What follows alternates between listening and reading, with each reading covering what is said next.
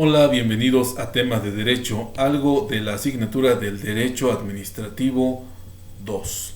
Y hoy con el tema interesante por demás, el fisco y los elementos de la obligación tributaria. Bueno, empezaré diciendo que el fisco se compone de organismos autónomos que intervienen en los procedimientos administrativos para el cobro de impuestos, además de las dependencias de la Secretaría de Hacienda y Crédito Público relacionadas con esta materia, en tanto que podamos distinguirlo con el erario público, que en esencia es el tesoro público de una nación, provincia o pueblo, y nada más.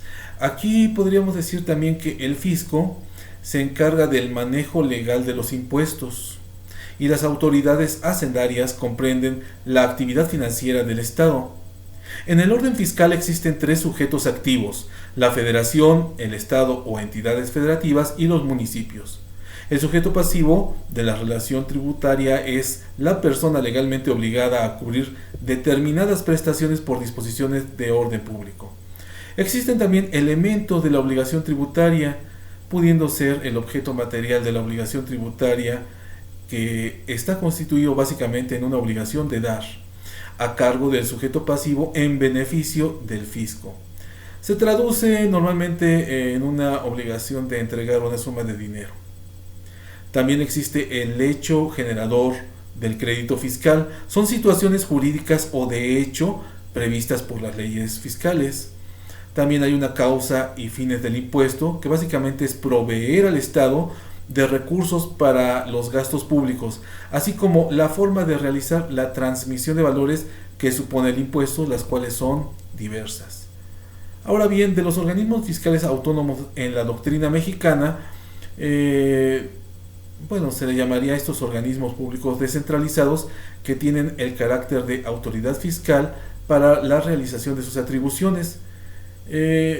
Un carácter que tiene un organismo fiscal autónomo sería el IMSS, así como los organismos descentralizados son considerados un tipo de organización administrativa indirecta, la cual tiene como función la realización de actividades para el bien común del Estado, y son creados a partir de una ley o decreto por parte del Congreso de la Unión o el presidente de la República.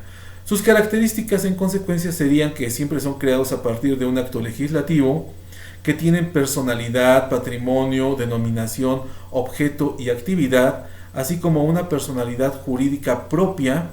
También cuentan con denominación, tienen sede o tienen como sede las oficinas y dependencias. También cuentan con órganos de dirección administrativa y representación, así como que cuentan con una estructura administrativa interna. De las entidades paraestatales se reconocen tres posibles objetos de los organismos descentralizados.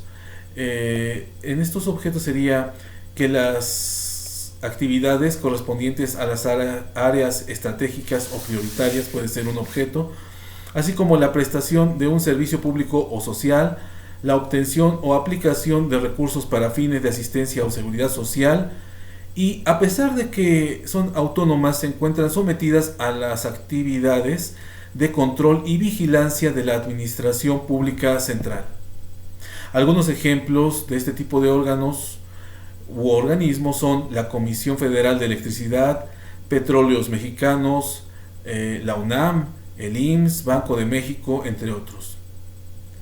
Por otra parte, también existen elementos cualitativos y elementos cuantitativos de la obligación tributaria o impuesto.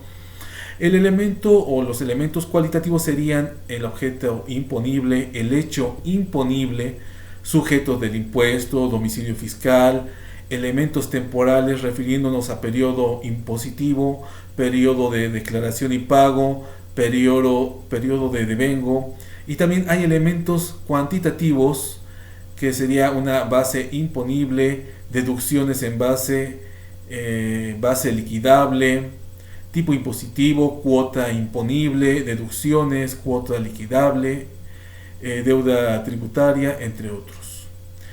Dentro de todo esto también existen los procedimientos para la extinción de la deuda tributaria, y estaríamos atentos a el pago, la prescripción, condonación, compensación y también la insolvencia probada. También es necesario tocar el tema de los ingresos públicos federales, tomando en cuenta que los ingresos públicos son los recursos que obtiene el sector público por concepto de impuestos, derechos, productos y aprovechamientos, también ingresos derivados de la venta de bienes y servicios e ingresos por financiamiento interno y externo. Ahora bien, la estructura de los ingresos públicos federales en México pueden tomar la forma de impuesto, tasas, empréstitos. Para obtener los impuestos o los ingresos tributarios, el gobierno federal puede gravar las siguientes fuentes: la compraventa, el consumo y las transferencias. Estos tributos pueden ser impuestos directos e indirectos. Se podrían dividir de esta forma. En términos simples, el impuesto directo grava lo que una persona tiene o ingresa. Un ejemplo sería el impuesto de la renta, impuestos a sociedades, impuestos a la riqueza o patrimonio. Impuestos indirectos, a diferencia de los anteriores, gravan la manifestación indirecta de la riqueza de las personas. Y el IVA sería un buen ejemplo de esto, ya que grava el consumo.